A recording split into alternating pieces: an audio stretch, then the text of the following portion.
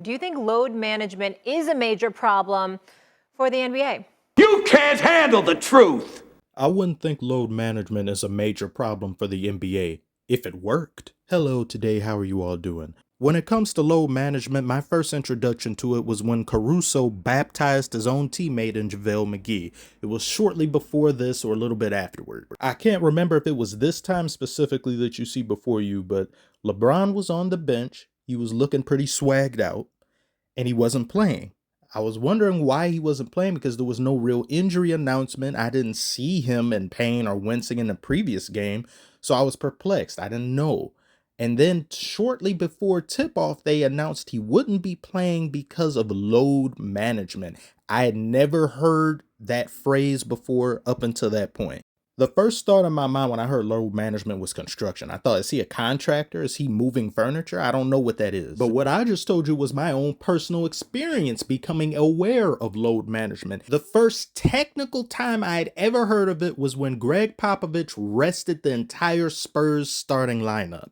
I didn't know what it was for exactly. I was younger. I wasn't too interested in the technical details. I just assumed multiple people were injured and them being out would be for the best instead of trying to play through it. And I agree with pretty much all that Popovich had said regarding the subject of resting and the game being more sophisticated, pace being up more as expected of individual players. And he had seemed genuinely sincere about certain people paying money, trying to see their favorite players. They show up to a game and the person they want to see isn't there.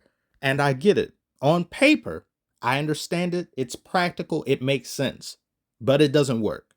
The Los Angeles Clippers have shown us it does not work. More specifically, Kawhi Leonard has shown us that it doesn't work. Kawhi Leonard is the poster child for load management. And if he's the poster child, then Anthony Davis is the poster baby. My back! I threw out my back! There's a lot of criticisms you can give LeBron, but as he continues to age, him missing games and load managing makes more and more sense. But when you have players who are sometimes a decade younger than LeBron having these issues, you start to look around and say, what is the problem here? Just give me a reason, just a little bit's enough. This comment I saw in one of ESPN's videos on the subject really stood out to me. My daughter wanted to see Ja Morant play, bought tickets to her first NBA game. Ja took the night off, sat on the bench, and ate candy and laughed with his teammates. We were told he was hurt. He played the next game. I doubt we'll ever go to an NBA game again. I don't know why coaches or management simply just don't tell the players to not come in, because when we see the optics of this, the optics look bad. Davis, why aren't you playing? Or you're injured, or you're having a good old time there at other people's expense. We pay hundreds of dollars to come and see you, and you're not here. We essentially saved up hundreds of dollars to look at your back. And while you have a big old smile on your face, joking, laughing with your teammates, we up here looking like this. Well, I guess I'll try again next month. I'll just pick up a couple extra shifts of bullshit and come back. For a lot of people, that simply isn't doable.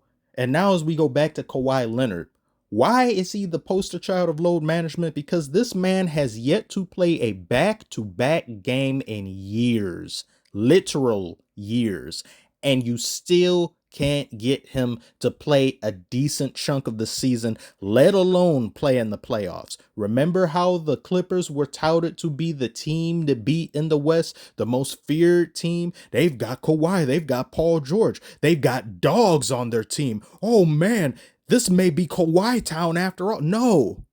4 years now. No. It's either he's injured or Paul George is injured. Paul George's injuries have been more freak accidents, but Kawhi is sus. At least with Anthony Davis, you can look at him and say, maybe you're just brittle. Why don't you try to power through it? Is it so serious that you need to miss the game or you need to go out on the bench? With Kawhi Leonard, you question if he even wants to play basketball. If what Kawhi was doing bore some fruit or there was a positive cause and effect, you could shut me up, or you can say, well, you don't know what you're talking about. He's won 2 extra rings on the Clippers. He's won a ring on the Clippers. You can't say that. The more he's load managed, the less you've seen him play. And wasn't the whole point to more load management is better for players? But we're seeing with more and more time that's gone on, the more players load manage, the less you see them, the more undependable they are, the more injuries ensue, and the less chances you have of winning a title. Let's actually do something and talk as if we're the players in the league, all right? 82 games, that is a lot. You got a couple back-to-backs in there. I don't know if I can play all 82. Seasons are long, all right? Okay, you're doing a lot, keeping your body in shape. What these people do, athletes in general, the amount of fortitude that it takes to be able to keep up any semblance of peak physicality and eliteness in the mind is gargantuan. So you don't want to play a lot of the regular season, so be it. You don't care about MVPs, you don't care about defensive player of the years, accolades. Okay, fine. So long as we get the ring, that's what matters, right? What's that? You're injured for the playoffs? You're gonna miss the playoffs too? What the hell was the point of all this? Why did I give you this contract? You're not playing in the regular season and you're missing the playoffs, so we don't get a ring out of this buffoonery? We get nothing. Well, there's always next year. Next year comes, it's the exact same story as this one. Well, there's always next year. How many players have you guys heard that this sentence follows them? If X player is healthy, if healthy, you hear that with everybody, don't you? With most people. I won't say everybody. You hear that with too many players now. If so-and-so or if insert player, insert bum is healthy, then they're a top team. But they never are. Well, I mean, maybe more load management is no.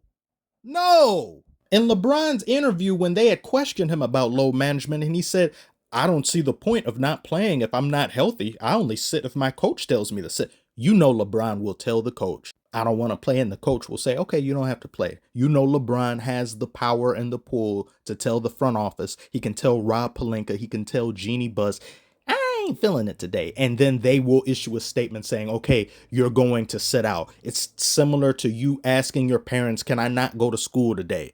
Is the kid calling themselves out of school? No, the parents are, because the kid asked. I mean, I used to do the same thing too, but that's neither here nor there. Now, I'm not saying this is something that all the players do. I do believe there's more than should be a certain amount of players that do this.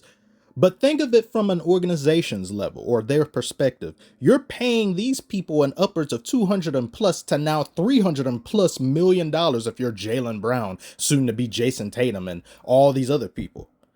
So wouldn't you want to protect your product? Why are you still out here in the fourth quarter? Well, I mean, I want, no, you're done. I've seen Steve Kerr sit Curry numerous times before Curry's about to get 50 points. I've seen LeBron get sat. I've seen plenty of people get sat against their wishes. And I could tell Curry and LeBron and some of them wanted to say, oh, I want that 40. I want that 50. No, you're sitting. And Steve Kerr, I've noticed he has no tolerance for Curry staying in any extra than he needs to. He takes him out immediately. So I believe a lot of these organizations, upper management, have become scary. They're so protective of their players and they're so busy trying to avoid a season-ending injury that they're willing to miss half the season in order to make that a possibility, only to still not get to the playoffs and still not get a title. And then that player gets upset, he becomes disheartened, he becomes spoiled, and then he decides to take his talents elsewhere. And what do you have to show for it? Maybe 10 years of nothingness, mediocre. Oh, well, we got to the semis once. We got to the Western Conference Finals once. Yeah, that's it. That's all you're going to get. Have fun. Fans, fuck you. We all know how life is. We know the randomness that accompanies life. We know that nothing is ever promised. So there will be things that don't work out. How many times have we called into work simply because we do not want to do it today? There's no particular reason. I'm not sick. Nothing bad has happened in the family. I just don't want to be fucking here. Leave me alone today. Players can feel that way. That is fine. We as fans, we need to be cognizant of the fact that these are human beings. They get tired. You have to take accountability in the play. You have to think about mental fitness, mental health, and just the wear and tear that these seasons put on their body. I understand that, but there are people who are abusing it.